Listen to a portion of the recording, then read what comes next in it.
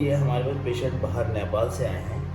इनको जो प्रॉब्लम थी ये काइफोटिक पोस्चर हो गया था। एक माइनर सा बैक पेन हुआ, वो स्पाज्म में बदल गया। एंडन स्पाज्म के बाद धीरे धीरे इनका क्या हुआ, फ्लेक्शन डिफॉर्मिटी हो गया, फॉरवर्ड बेंड हो गया पोस्चर।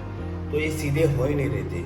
तो फाइनली ये इंडिया आए। इंडिया में इन्होंने बहुत सारा जगह कंसल्ट किया। फाइनली स्पोर्ट्स इंजरी सेंटर गए, उन्होंने इनको ट्रीटमेंट कुछ रेफ़र किया, फिर हमारे पास आए। बट हमने उससे डबल ट्रीटमेंट इनको दे रहे हैं। जो उन्होंने वहाँ से हमें लिखवाया था, वो एक स्पेशल एक मशीन है, that is called TRF, targeted radio frequency machine, या टकार जिसको हम बोलते हैं। सो वो दिल्ली में हमारे पास है और बहुत टाइम से हमारे पास है। वो हमने किया, फिर कपिंग किया, अब स्ट्रेंथनिंग कर रहे हैं, फिर उसको पूरा मसल्स को रिलीज़ किया जा रहा है कपिंग के थ्रू।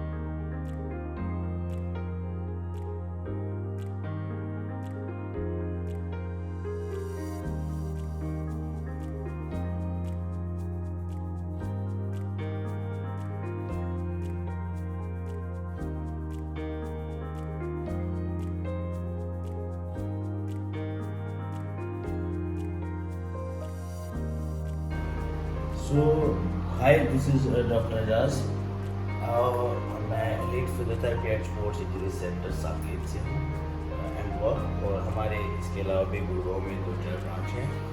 सो ये बेसिकली ये हमारे पास पेशेंट बाहर नेपाल से आए हैं। इनको जो प्रॉब्लम थी ये काइफोटिक पोस्चर हो गया था। एक माइनर सा बैक पेन हुआ, वो स्पाज्म में बदल गया। एंडन स्पाज्म के बाद धीरे धीरे इनका क्या हुआ, फ्लेक्शन डिफॉर्मिटी हो गया, फॉरवर्ड बेंड हो गया पोस्चर।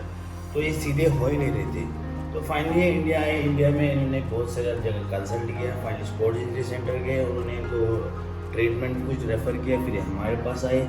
बट हमने उससे डबल ट्रीटमेंट इनको दे रहे हैं। जो उन्होंने वहाँ से हमें लिखवाया था, वो एक स्पेशल एक मशीन है, that is called TRF, targeted radio frequency machine, या टकार जिसको हम बोलते हैं।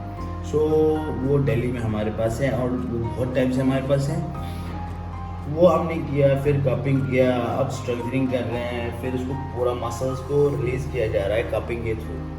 नॉर्मली कपिंग के भी अलग अलग पार्ट्स होते हैं। दिस इज़ ड्राई कपिंग, एक होता है वेट कपिंग जिसमें ब्लड होता है, एक होता है फायर कपिंग जिसको वैक्यूम क्रिएट किया जाता है फायर के द्वारा। सो इस ड्राई कपिंग में भी 2 चीज़ें होती है, one is dynamic cupping, one is static. So this is static cupping. अब होती है एक फंक्शनल स्टैटिक कपिंग, उसमें क्या पेशेंट को मूवमेंट कराते हैं विद कपिंग। तो अब हमने बस फिलहाल स्टैटिक कुछ टाइम लगाते हैं, 2-4 मिनट 5 मिनट, कई बार उससे ज़्यादा इसलिए भी नहीं लगा सकते हैं अगर वैक्यूम ज़्यादा है, उसमें ब्लिस्टर के चांसेस होते हैं। आप ये देखेंगे कि मैंने आज से 5 दिन पहले लगाए थे, तो किसी किसी को देखिए ये निशान अगर आप देख पा रहे हैं, ये वो कपिंग के निशान है जो हमने लगाए थे मसल को रिलीज। पहले ये इतना हार्ड था कि मैं ऐसे टच भी करता था, ये दबता नहीं था। तो अब जाके इनको अराउंड आज 8th डे आपका 11th डे है। अब जाके इनको 2-3 दिन से फील हो रहा है कि बेटर हो रहे हैं। पहले इतने बड़े परेशान थे 2-4 दिन, कल से थोड़ा बेटर हो रहा है। पहले बेटर फील नहीं कर रहे थे बिकॉज इतना स्टिफनेस था, इतना ज़्यादा स्टिफनेस था, हमेशा बेंड ही रहते थे। तो अब हमने इनको स्ट्रेंथनिंग जैसे जैसे शुरू की और रिलीज साथ में शुरू किया, now he start feeling better थोड़ा थोड़ा। तो ये एक पार्ट है। इसके अलावा हम इनको फंक्शनल मैनुअल थेरेपी कराते हैं। उसके अलावा फंक्शनल मैनुअल थेरेपी के अलावा इनको हम फिर स्ट्रेंथनिंग कराते हैं एंड टारगेटेड रेडियो फ्रीक्वेंसी जो इनको रिकमेंडेड है वो हम देते हैं। सी ये हमने निकाला भी दिख रहे हैं, थोड़े छोटे निशान से आने लग गए। अब देखें ये, अब ये निशान इनको 2-3 दिन तक रहेगा, 2-3 दिन में जाएगा ये निशान। और जो भी करने वाले मैं ज़रूर बताऊंगा, ये कप जो है एक बार ज़रूर साफ़ किया करें। और दो कई बार हम रियूज़ करते रहते हैं कप को, तो इसको साफ़ सफाई करके ही लगाया करें।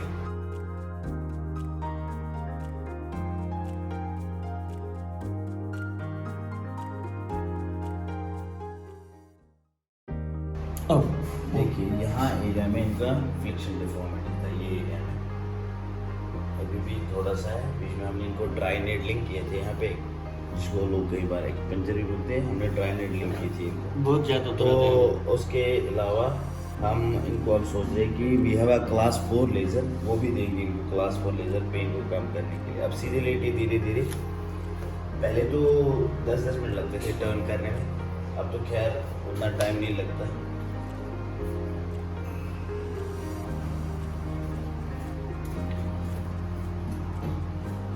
ये जैसे सीधे हो रहे हैं, पहले हो नहीं पा रहे थे, फिर पहले ऐसे रखना पड़ता था, पैर ऐसे रखना पड़ता था, एकदम नीचे नहीं पैर कर पाते थे, इनको बॉडी एडजस्ट करना पड़ता था 5 मिनट तक, उसके बाद सीधे होते। अच्छा अब ये देखिए, ये भी सॉफ्ट है बहुत ज़्यादा। पहले ये इतना हार्ड था कि मैं हाथ रख ही नहीं पाता, ऐसा ही है ना, पहले बहुत ज़्यादा हार्ड था ये, अब जाके सॉफ्ट हुआ है, बहुत सॉफ्ट हुआ है पहले से, पहले हार्ड था। हमें अब यहाँ इनको दोनों बैक एरिया में इनको रिलीज़ करना पड़ रहा है बिकॉज शोल्डर राउंडेड फॉरवर्ड हो गए थे आगे की तरफ, और ये यहाँ पे भी बेंड हो गए थे बिकॉज बॉडी आगे की तरफ बेंड था, तो ये भी बेंड हो गए थे। अब हमने इनको यहाँ से खोला है सारा, और हम इसे पीछे की साइड जो है, बैक की साइड, इनको स्ट्रेंथनिंग दे रहे हैं। तो this is the procedure we are doing.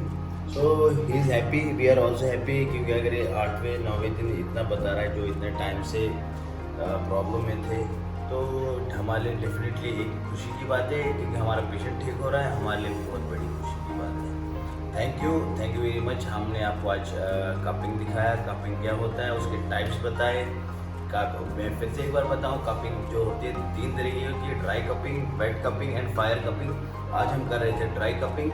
Dry cupping में भी 2 तरीके कपिंग जो ड्राई होती है उसमें होती है डायनेमिक, जिसमें हम कप को लगा के कुछ ऑइंटमेंट लगाते हैं, देन उसको ऐसे ही मूव करते हैं, that is called dynamic cupping. जो हम करेंगे दिस कॉल्ड स्टैटिक कपिंग। और फिर एक होता है स्टैटिक फंक्शनल कपिंग, जिसमें हमने कप लगाया पेशेंट को और बोलते हैं मूवमेंट के लिए, इनको हम कई बार कराते हैं खड़ा होकर बैक पे लगा के फिर बेंड कराते हैं। So that is called dynamic cupping में, सॉरी स्टैटिक फंक्शनल कपिंग, वो हम करते हैं। Thank you very much, thanks for watching our video. तो फ्रेंड्स यहाँ पे आएंगे हम नेक्स्ट टाइम और कुछ अदर सेशंस कवर करेंगे और आपको वैल्यूबल इन्फॉर्मेशन प्रोवाइड कराएंगे। जितना हो सके फ्रेंड्स वीडियो को शेयर कीजिए, चैनल को सब्सक्राइब कीजिए friends, and thanks for watching this video. Sir आपने टाइम दिया इसके लिए रियली थैंक्स। Thank you.